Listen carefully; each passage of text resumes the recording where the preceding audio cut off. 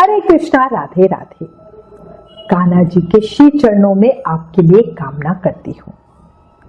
ये कार्तिक का महीना आपके घर सुख समृद्धि लाए, आपके सभी दुख दर्द और परेशानियां दूर हो जाए। दिल से कामना है आपके लिए स्वयं विष्णु भगवान मां लक्ष्मी के साथ आपके घर आए और वहीं विराजित हो जाए। बोलो लक्ष्मी नारायण भगवान की जय। कार्तिक का ये पवित्र महीना हमारी अभी की जो आज के समय की परेशानियां होती हैं उन्हें दूर करने वाला महीना है। हमारी मन की इच्छा को पूरी करने वाला महीना है।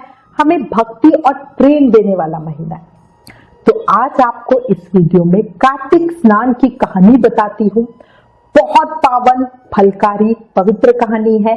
प्रेम से, मन से, भाव से सुनना। शुरू करती हूँ। एक समय की बात है, किसी नगर में एक बूढ़ा व्यक्ति रहता था।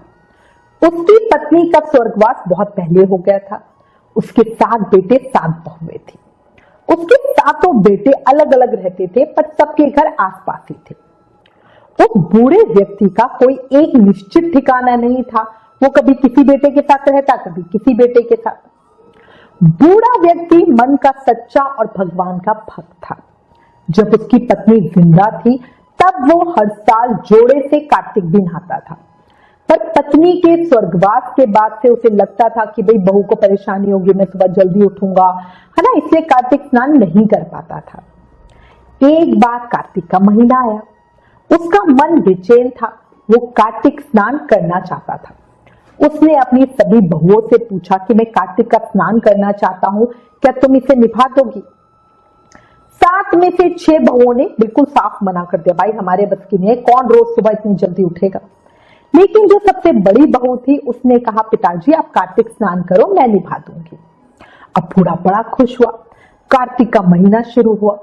अब हर रोज बूढ़ा सुबह उठता, नदी पर स्नान करके घर आता, गीली धोती को बड़ी बहू के आंगन में सुखा देता। अब जैसे जैसे उस गीली धोती में से पानी की बूंदें जमीन पे गिरती, वैसे ही वो बूंदें मोतियों में बदल जाती।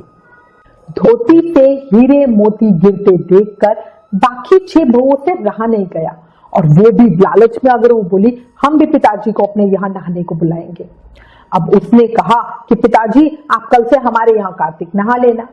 अब बूढ़े ने कहा, ठीक है भाई, मुझे तो नहाना है, यहाँ नहाऊं कि वहां नहाऊं, मैं तुम्हारे यहाँ नहा लूंगा।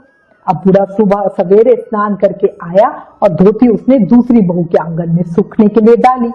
लेकिन ये क्या, आज यहाँ पे हीरे मोती की बजाय धोती में से कीचड़ टपकने लगा।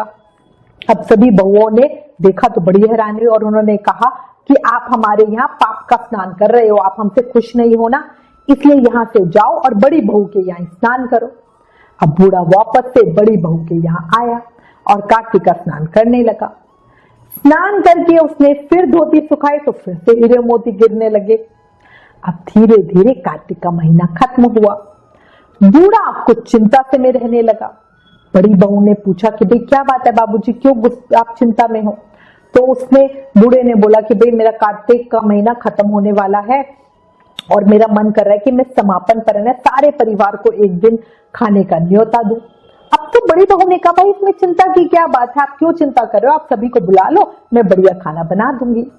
अब बूढ़ा बड़ा खुश हो गया, उसने सभी को निमंत्रण दिया।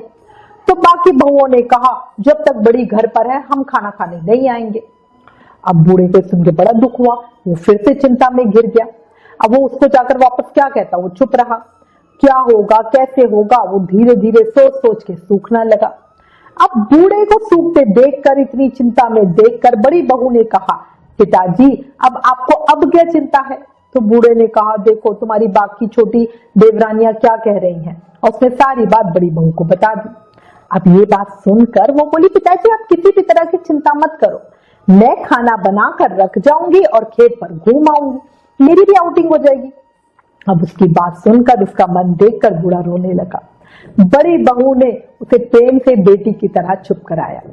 अब कार्तिक पूर्णिमा को बड़ी बहू ने सबके लिए बढ़िया खाना बनाया, बहुत सारी अलग अलग तरह की चीजें बनाई।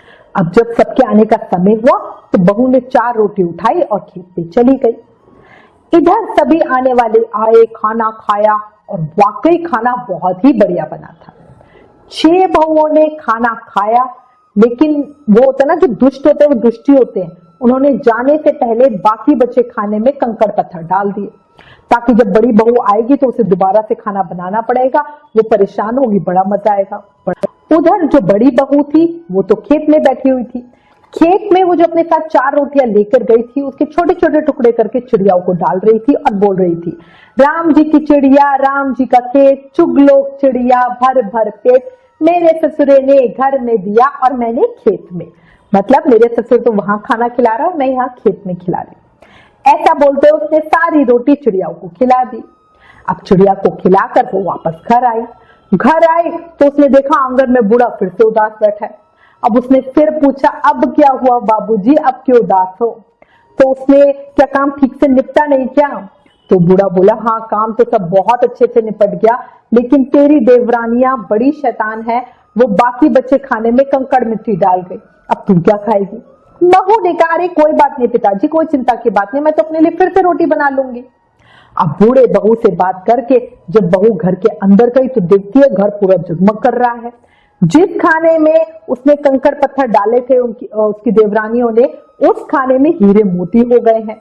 घर धन दौलत से भर गया है, खूब बड़े बड़े अन्न के भंडारे लगे हुए हैं। अब वो बड़ा खुश हो गई और बूढ़े को आवाज देकर बुलाया और कहा, पिताजी आपने तो कहा था कि मेरे लिए कुछ नहीं बचा, लेकिन देखो यहाँ तो मेरा पूरा घर ही भर गया है, अन्न के भंडारे भरे हुए हैं, पूरे घर में धन की वर्षा हो रही है, देखो मेरा साधारण सा घर महल सा बन गया है।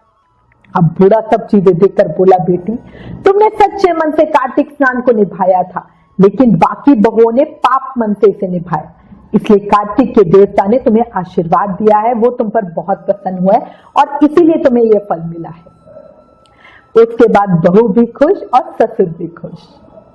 हे कार्तिक के देवता, जैसे आपने बड़े बहू की सुनी वैसे ही आप सबकी सुनना, कहते सुनते हुकारा भरते सबकी सुनना, सबके भंडारे भरना। बोलो कार्तिक के देव की जय, गंगा मैया की जय। कार्तिक मास की इस पवित्र कहानी को अधिक से अधिक शेयर करो ताकि सबको कार्तिक का महत्व समझ आए। Please like, share and subscribe. Thank you. Hare Krishna.